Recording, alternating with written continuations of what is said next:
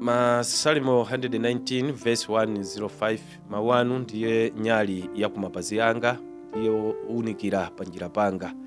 Dziko lapansi lakhala likugwiritsa ntchito mababu icecom, akhala likugwiritsa ntchito nyali za koloboyi kupezekatha parafini zimathima. Komano mawu a Mulungu ndi moyo, mawu a Mulungu ndi nyali imene tsiku ndi tsiku moyo wathu angathe kugwira nafe ntchito. Chotero pano pa akanema wa V&V komanso ulalo online tifuna tikuyitanireni kuti musanayambe tsiku lanu mulandire mkate wa moyo amene ndi mawu a Mulungu. Chotero ine Mbusa Joe Kumphasa ndikuyitanirani kuti tizikhala limodzi kumvera ndi kuonera uthenga wa mawu a Mulungu, chifukwa ndi chipulumutso, chifukwa ndi nyali yowunikira kumapazi athu. Amen. Tifuna tikulandireni abwenzi okondedwa kulikonse kumene muli nthawi ino.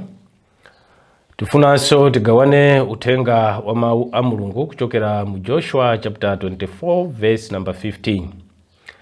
Bible likuti ine ndi abanja anga ndipitiriza kupembeza Mulungu wakumwamba ngakhale inuyo mutakana. Mutu wa phunziro lathu ndi mphamvu ya chisankho. Moyo wathu wa tsiku lililonse umaumbidwa kapena timakhala malingana ndi chisankho chimene tachipanga lero. Chisankho chimene tachipanga lero chitithandiza kuti mawa tikhale ndani. Ndiye tidayenera tisamale pa zisankho zathu zimene tikupanga. Yoswa akuabetchera ana a Israeli kuti ine ndalowa mmoyo watsopano wopanga chitsimikizo ndi Yesu Khristu amene kaya inu ayi, koma ine ndi banja langa, akazi anga, ananga tikhulupirirabe, tipembezabe Mulungu ameneyo. Pachikhalidwe chifukwa chakuti Aisraeli anazunguliridwa ndi mitundu ya anthu ena amene amapembeza mafano, kunali kosavuta Israeli kuti nayenso ayambe kupembeza mafano ameneyo. Koma chifukwa cha zisankho zimaonesera kukhazikika, zimaonesera kumvera kuti ife timvera Mulungu osati kupembeza mafano, kupembeza Satana. Chotero linali ngati pangano limene ndi latsopano pakati pa anthu onse kuzipereka kwa Mulungu ameneyo. Kuti ife sitipembeza mafano, sitipembeza Satana, koma tipembeza inu Mulungu wakumwamba. De Yoswa akukhala osogolera msogoleri kupangisa khamu la anthu kuti nalonso lisankhe choonadi. Mawu a mu Hebrew otchedwa kuti bacha akutanthauza deliberate kapena kuti intentional choice. Kuti zisankho izi zinayenera zikhale za mkati mwa mtima mwathu, zokhazikika, kuti pamene tasankha sikutinso tibwerera mbuyo kuti tisinthanso, koma zikhale zokhazikika. Chotero chisankho chimatithandizira kupewa zinthu zina zopeweka.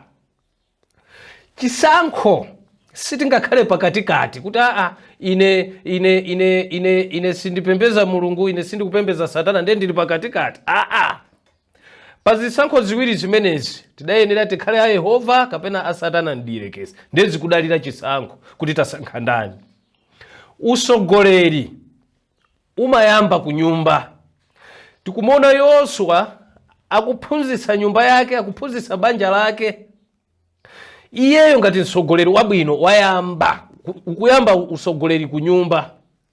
Chotero usogoleri ngati wayambika ku nyumba ndizosavuta kuntchito kukhalanso ife asogoleri, zosavuta kuboma kukhalanso ife asogoleri, zosavuta kumpingo ifenso kukhala asogoleri. Usogoleri umayamba kubanja kumene tikuchokera, ku nyumba kumene tikuchokera. Chotero tidayenera tisankhe Yesu, tisankhe Mulungu lero.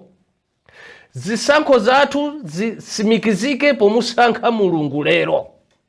Sitinganene kuti ine sindasankhe Mulungu ndangokhala pakatikati neutral. Ndiye kuti mwachiziwikire ngati sitili mbali ya Yehova, ndiye kuti tili mbali ya Satana ndiyerekeze. Chotero abwenzi okondedwa, tisankhe Yehova Mulungu wakumwamba lero. Chisankho chathu chionesere sogolo lathu la kumene tikupita. Ndanena koyambirira kuja kuti zisankho ndi zimene zimatipanga kuti tikufuna tikhale ndani. Chisankho chimatipanga kukatifikisa kumene tikufuna. Chisankho chimatipanga kukhala mmene tililimu. Chotero abwenzi okondedwa, chisankho ndi chinthu chimene tidayenera kuchimvera, kuchisatira kusatira ndondomeko zake za chisankhozo. Chotero Mulungu wakumwamba tidayenera tipange chisankho chomutumikira Mulungu wakumwamba ndi moyo wathu ndi mphamvu zathu ndi nzeru zathu zonse. Ine ngati mtsogoleri pa banja apo tidayeneranso kuti banja lathulo likhale ndi chisankho choyenera. Chotero abwenzi okondedwa, tikufuna tikuthokozeni chifukwa chakukhala pamenepo kuonera ndi kumvera uthenga umenewu. Kwa iye Mulungu wakumwamba kukhale ulemu ndi ulemerero. Tiyeni tiwerame kuti tipemphere. Atate, mu dzina la Yesu Khristu tikuthokoza chifukwa mwalankhula nafe mu phunziro ili la chisankho. Zisankho zathu ndi zimene zikutitengera kumene tikupita. Zisankho zathu zikutipangisa kuti tikhale mmoyo umene tilili lero. Lolani Mulungu wakumwamba kutidalitsa lero ndi ku nthawi zonse ndi pemphero lathu mwa Yesu Khristu. Amen.